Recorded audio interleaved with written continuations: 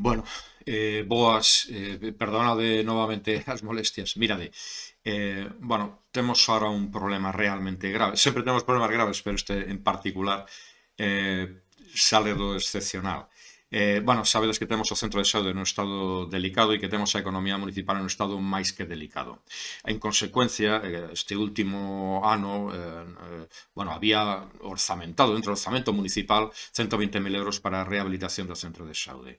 Pero chegado contra o final do ano, fai uns meses, un mes exactamente, bueno, pues veron que a economía non chegaba para terminar o ano, tiveron que sacar esos 120.000 euros que iban destinados para o centro de saúde e destinalos a outras cousas que parece que son máis importantes, pois pago de débeda municipal, asfalto, servizos sociais, que é realmente importante. Como chegamos até aquí? Bueno, pois cada un o seu entender.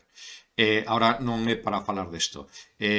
Nos xa intentamos prácticamente todo humanamente posible. Fai 2 anos presentamos unha moción que Carlos nos rechazou, despois levámolo á Comisión de Saúde do Parlamento de Galicia tamén, se rechazou por parte do PP e además con palabras gruesas. Bueno, agora temos unha última oportunidade e probablemente durante o ano que ven non se nos presenten moitas máis oportunidades e o centro de saúde está en unha situación delicada.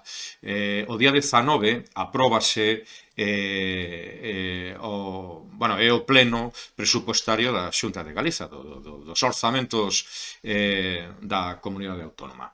Pedimos a Iria Carreira, fomos ao Parlamento Galego fai uns días e pedimos a Iria Carreira, que é deputada do Bloque, mais forma parte da Comisión de Saúde, que por favor introducira dentro das modificaciones orzamentarias pois que se rehabilite cartos para rehabilitar o centro de saúde de Vedra.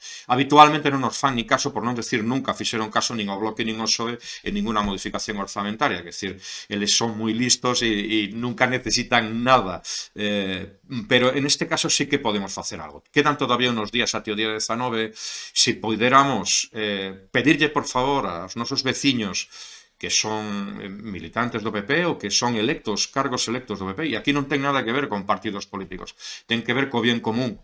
Non ten, levamos 2 anos dándolle vueltas a isto e creemos que é o momento, pois eso, oye, si por favor poden desplazarse 20 kilómetros máis aló, ir a falar cos seus amigos de partido, algún deles que son íntimos amigos de Carlos ou de Enrique ou de Costa Carneiro, e que por favor introduzan esa modificación orzamentaria para algo que é xusto, profundamente xusto, e ter un centro de saúde en condicións é por todos, non é igual que vou eu vai a nai dun do PP ou o fillo dun do PSOE.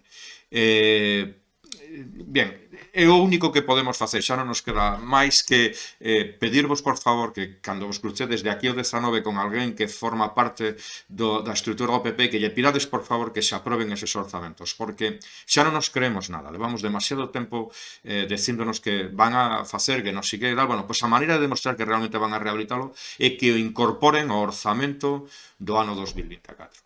Nada máis, un saúdo e perdonade que vos molestara. Hasta logo.